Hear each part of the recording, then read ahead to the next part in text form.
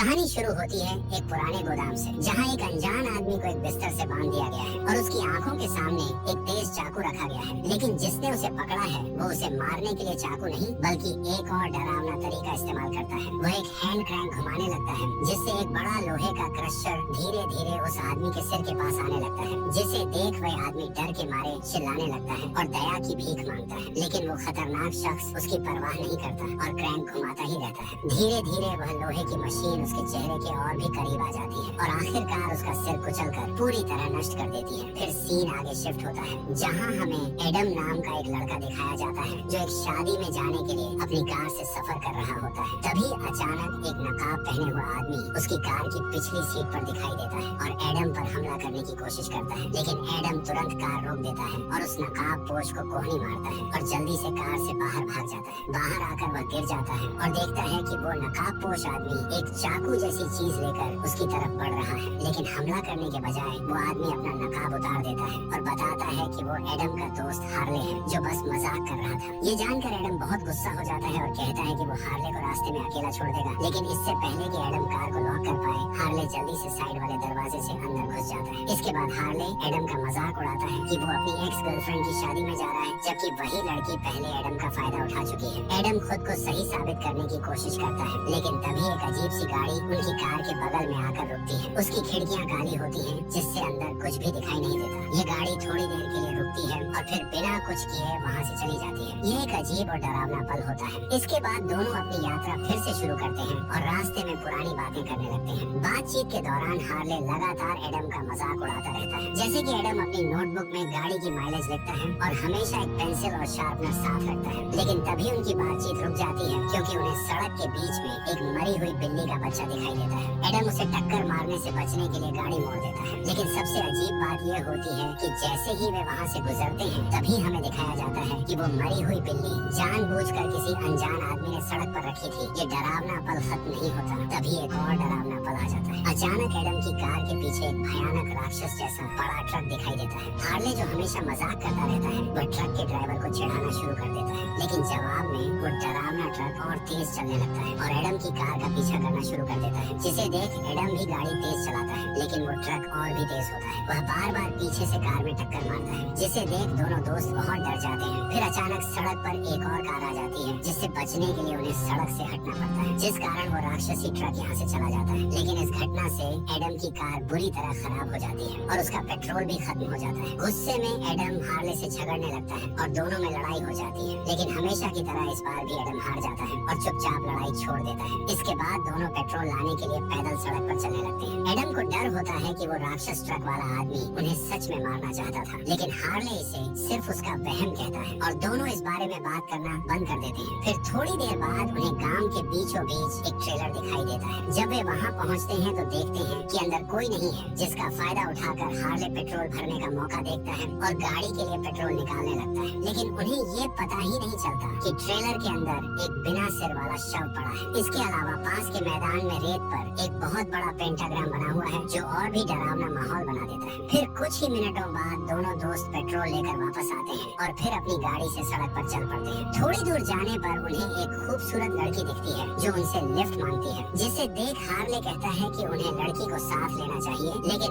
Adam मना कर देता है क्योंकि वह शादी में देर नहीं करना चाहता था। फिर कुछ देर तक चलने के बाद आखिरकार दोनों एक जगह गाड़ी रोकते हैं ताकि पेट्रोल डाला जा सके और बाथरूम जाया जा सके। हार्ले कार में झपकी लेने लगता है और एडम बाथरूम चला जाता है। लेकिन जब एडम शौचालय में पहुंचता है तो वह अपने जीवन का सबसे गंदा टॉयलेट देखकर हैरान रह जाता है। उसी समय वही राक्षसी ट्रक जो पहले हाईवे पर उनका पीछा कर रहा था, उसी गैस स्टेशन पर आकर रुकता है। जैसे ही एडम बाहर आता है, वह उस ट्रक को देखकर घबरा जाता है और जल्दी से बाथरूम के केबिन में छिप जाता है। लेकिन तभी वो ट्रक का ड्राइवर भी अंदर आ जाता है और केबिन का दरवाजा तोड़ने की कोशिश करता है ताकि अंदर घुस सके। एडम उस आदमी का चेहरा नहीं देख पाता, लेकिन वह उसके काले जूते देखता है जो बॉक्स के नीचे के गैप से नजर आते हैं। इससे वह और भी ज्यादा डर जाता है। फिर थोड़ी देर बाद ड्राइवर हार मान लेता है और पास वाले दूसरे केबिन में चला जाता है। लेकिन दोनों केबिनों के बीच की दीवार में एक गोल सा छेद होता है। एडम उस छेद से झांक कर देखने की कोशिश करता है और वह जो देखता है उससे बहुत ज्यादा घबरा जाता है। उसे एक आदमी दिखाई देता है जिसका चेहरा पूरी तरह बिगड़ा हुआ होता है और उसका मुंह सिला हुआ होता है और आंखें अंधी होती हैं। ये डरावना दृश्य देखकर एडम घबरा जाता है और तेजी से बाथरूम से बाहर भागता है। बाहर आकर वह देखता है कि हार्ले जाग चुका है और राक्षसी ट्रक के ऊपर चढ़ा हुआ है। सड़क पर ड्राइवर का मजाक उड़ाना हार्ले के लिए काफी नहीं था। वह और गुस्सा दिलाने के लिए ट्रक की कैब में भी छेड़छाड़ करने लगता है, जिसे देख एडम जल्दी से उसे नीचे बुला लेता है। इससे पहले कि वो डरावना ड्राइवर उन्हें देख ले, इसके बाद दोनों फिर से तेजी से सड़क की ओर निकल जाते हैं। रास्ते में एडम और हार्ले के बीच लड़ाई होती है, क्योंकि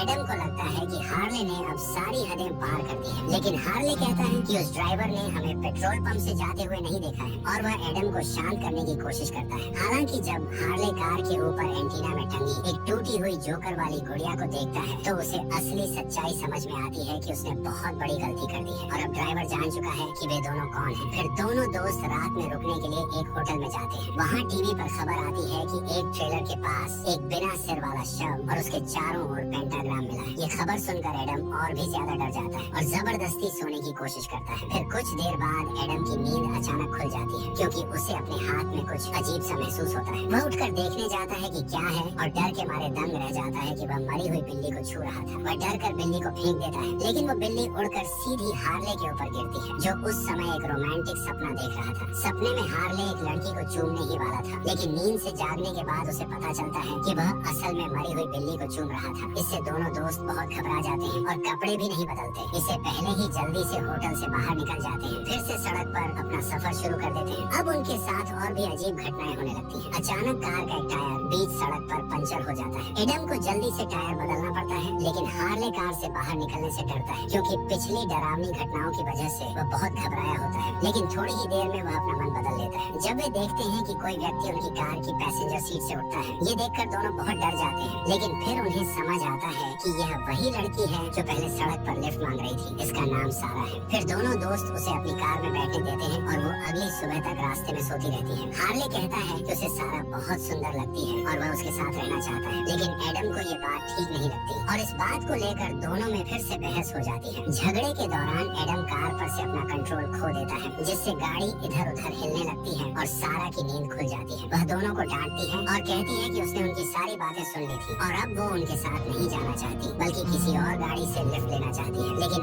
एडम और हार्ले दोनों माफी मांगते हैं और उसे मनाते हैं कि वो वापस आ जाए, जिसे सुन सारा उनकी माफी स्वीकार कर लेती है और कहती है कि उसे भी दोनों अच्छे लगने लगे। लेकिन उनकी बहस खत्म करने के लिए वो एक मजाक करती है। वो देखना चाहती है कि इनमें से कौन सबसे अच्छा किस करता है। थोड़ी देर बाद वो एडम को चुन लेती है और फिर तीनों अपनी यात्रा पर आगे बढ़ते हैं। कुछ समय बाद वे आराम करने के लिए रुकते हैं। एडम और सारा पास बैठते हैं और एडम उसके करीब जाने की कोशिश करता है। इस बीच हार्ले कार में सो रहा होता है। सारा बताती है कि उसे एडम पसंद है और उसने जो किस वाला टेस्ट लिया वो इसलिए था ताकि हार्ले को सबक सिखा सके, क्योंकि वह हमेशा अपने दोस्त एडम को नीचा दिखाता था। फिर सारा हार्ले को एक और सबक सिखाने का प्लान बनाती है। जब हार्ले गहरी नींद में होता है तो सारा एक पेन से उसके सिर के बीच में एक गंदा शब्द लिख देती है। इस मजाक के बाद वे तीनों एक बार में रुकते हैं और वहाँ बैठकर ड्रिंक्स का मजा लेते हैं। लेकिन एडम शराब नहीं पीता, वह सिर्फ दूध का एक गिलास मंगवाता है। जब सब बातें कर रहे होते हैं तब एडम नोटिस करता है कि वहाँ बैठे कई लोगों के हाथ या पैर कटे हुए हैं, जो उसे बहुत अजीब लगता है। उसे शक होता है कि इनका कोई संबंध उस राक्षसी ट्रक वाले से हो सकता है। फिर थोड़ी देर बाद एक आदमी उनकी टेबल पर आता है और सारा से डांस करने के लिए कहता है, जिसे सुन सारा मना कर देती है। लेकिन वह आदमी जिद करता है। सारा को परेशान होता हुआ देख एडम बहादुरी दिखाने की कोशिश करता है और उसे वहाँ से जाने को कहता है। जिसे सुन उस आदमी ने एडम को सीने पर जोर से मार दिया, जिससे वह नीचे गिर जाता है। सारा को यह बिल्कुल पसंद नहीं आता और वह गुस्से में उस आदमी को लात मार देती है। इस झगड़े के बाद तीनों वहाँ से निकल जाते हैं और रात बिताने के लिए एक होटल में चले जाते हैं, जहाँ हार्ले अकेला एक कमरे में जाता है, जबकि एडम और सारा दूसरे कमरे में चले जाते हैं। सारा एडम के घाव पर मरहम लगाती है और कहती है कि वह बार में एडम की बहादुरी देखकर बहुत प्रभावित हुई। तभी एडम उसे बताता है कि वह अपनी पुरानी प्रेमिका की शादी में जा रहा था, लेकिन अब उसे सारा से सच्चा प्यार हो गया है। सारा भी ऐसा ही महसूस करती है और फिर दोनों एक दूसरे के साथ रोमांटिक समय बिताते हैं। तभी उन्हें किसी की तेज और डरी हुई चीखें सुनाई देती हैं, जिसे सुन सारा तुरंत बाहर देखने के लिए दौड़ती है और एडम और हार्ले भी उसके पीछे पीछे जाते हैं। जब तीनों बाहर पहुंचते हैं तो उन्हें वही आदमी दिखता है जो बार में झगड़ा करने आया था। वह तेज चीख रहा होता है और खुद को जमीन पर घसीट रहा होता है। तभी अचानक वही राक्षसी ट्रक फिर से दिखाई देता है और अपने बड़े बड़े पहियों से उस आदमी के पैरों को कुचल देता है। लेकिन ड्राइवर यही नहीं रुकता, वह ट्रक को फिर से मोड़ता है और सीधे उस घायल आदमी के सिर पर ट्रक चढ़ा देता है। ये बहुत डरावना और भयानक भयानक दृश्य होता है, जिसे देख एडम,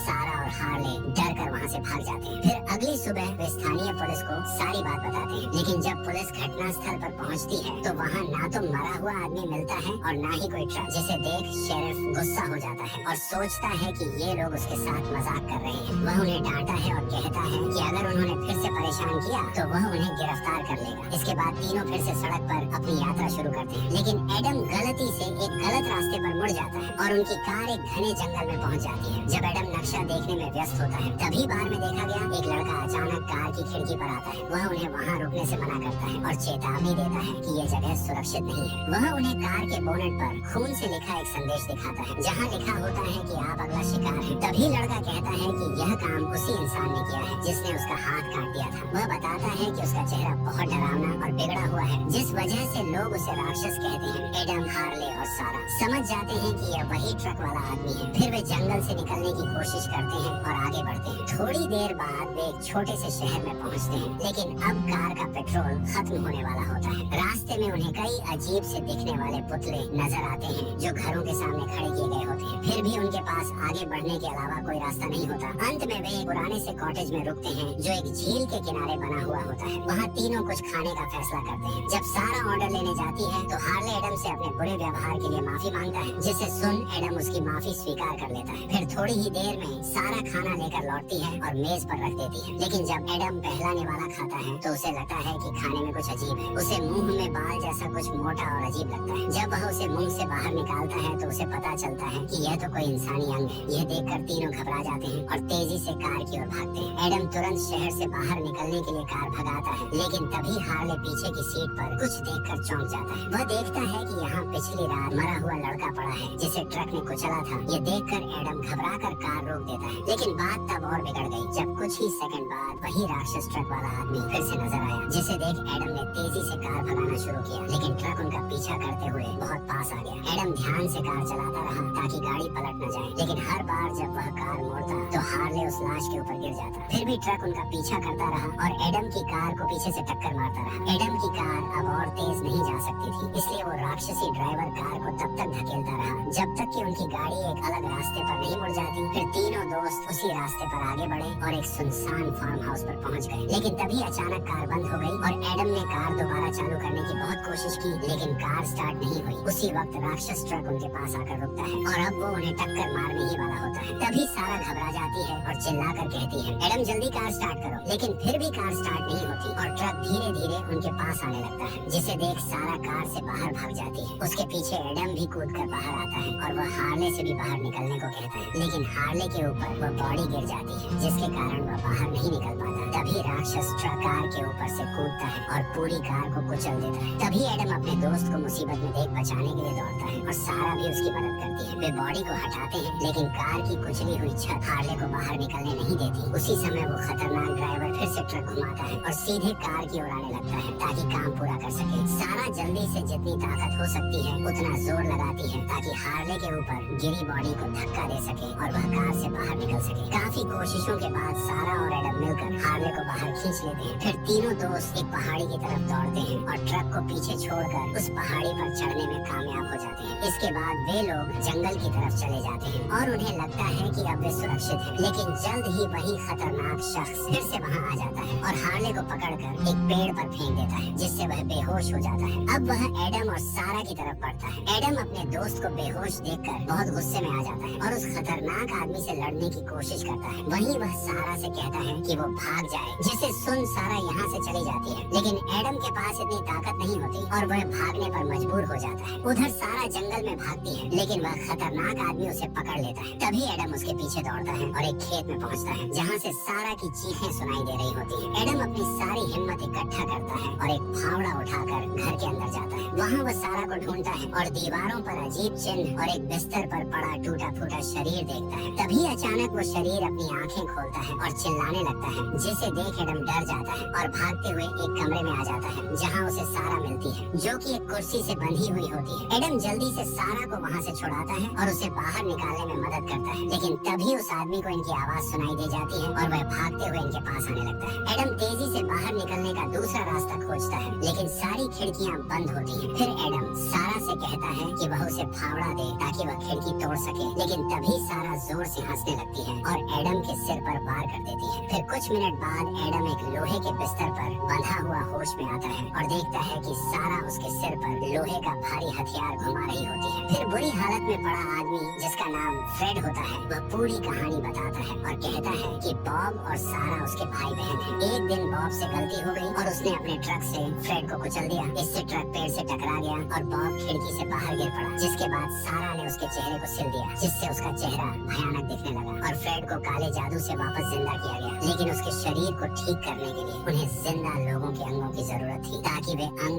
फ्रेड के शरीर में लगाए जा सके। लेकिन अब सारा ने एक नया काला जादू सीख लिया था, जिससे वह फ्रेड की आत्मा को एडम के शरीर में डाल सकती है। इसीलिए उसने एडम को फंसाया था। फिर सारा एडम के कपड़े फाड़ती है और प्रार्थना पूरी करने के लिए तैयार होती है। तभी एडम अपनी जेब से एक छोटा सा चाकू निकालने की कोशिश करता है, लेकिन सारा समझ जाती है और उसे दूर फेंक देती है। अब बॉब उसे मारने के लिए तैयार होता है, लेकिन एडम के पास अभी एक और तरकीब बची थी। उसके दूसरे हाथ में एक छोटा सा चाकू छिपा हुआ था। वह उस चाकू से अपने हाथ की रस्सी काटने में कामयाब हो जाता है और इसी चाकू से सारा की गर्दन पर वार करता है, जिससे उसका बहुत खून बहने लगता है। जिसे देख बॉब सारा की मदद करने के लिए दौड़ता है, लेकिन वह मर जाती है। यह देखकर बॉब गुस्से में आ जाता है और एडम पर हमला करता है। एडम किसी तरह खुद को बचा लेता है और पहली बार हिम्मत दिखाते हुए वह वही चाकू लेकर बॉब की आंख में छुपा देता है, जिससे बॉब घायल हो जाता है। लेकिन तभी फ्रेड, जो अब तक बिस्तर पर पड़ा था, किसी तरह उठ जाता है और एक चाकू उठाता है। फिर एडम को मारने के लिए उसकी तरफ बढ़ता है। खुद को दो अपराधियों से घिरा देखकर एडम अचानक बॉब के सिर पर वार करता है। इससे चाकू उसकी आंख में और गहराई तक घुस जाती है। फिर वह चाकू से फ्रेड पर हमला करता है और उसे दो टुकड़ों में काट देता है, जिससे दोनों भाई बुरी तरह घायल हो जाते हैं। फिर एडम भागने की कोशिश करता है, लेकिन बॉब दरवाजे बंद कर देता है और चाबी निकल लेता है। अब बॉब कुछ देख नहीं सकता, लेकिन फिर भी एडम का पीछा करता रहता है। इस बीच फ्रेड, जो अब भी जिंदा है, एडम के पैर पकड़ लेता है और उसे गिरा देता है। फिर एडम उठने की कोशिश करता है, लेकिन वह मुंह के बल गिर जाता है और उसकी नाक से खून बहने लगता है। तभी बॉब खून की बदौलत उसकी मौजूदगी का अंदाजा लगा लेता है, लेकिन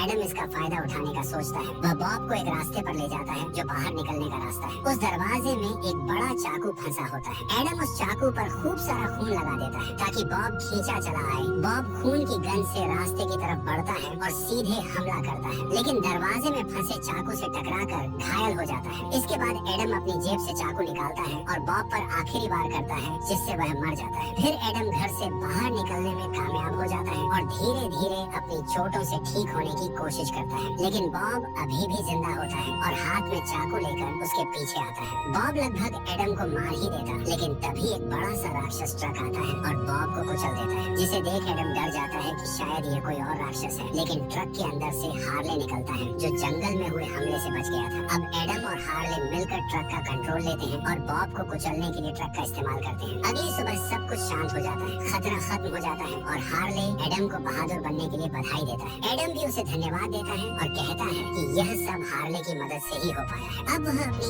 एक्स गर्लफ्रेंड की शादी में न जाने का फैसला करता है। फिर अपनी नई गाड़ी के साथ एडम और हार्ले एक बार फिर सफर पर निकल पड़ते हैं, लेकिन उन्हें यह नहीं पता होता कि बॉब और फ्रेड अभी भी जिंदा हैं और दोनों दोस्तों से बदला लेने के लिए तैयार हैं। तो आपको ये फिल्म कैसी लगी, नीचे कमेंट में जरूर बताएं।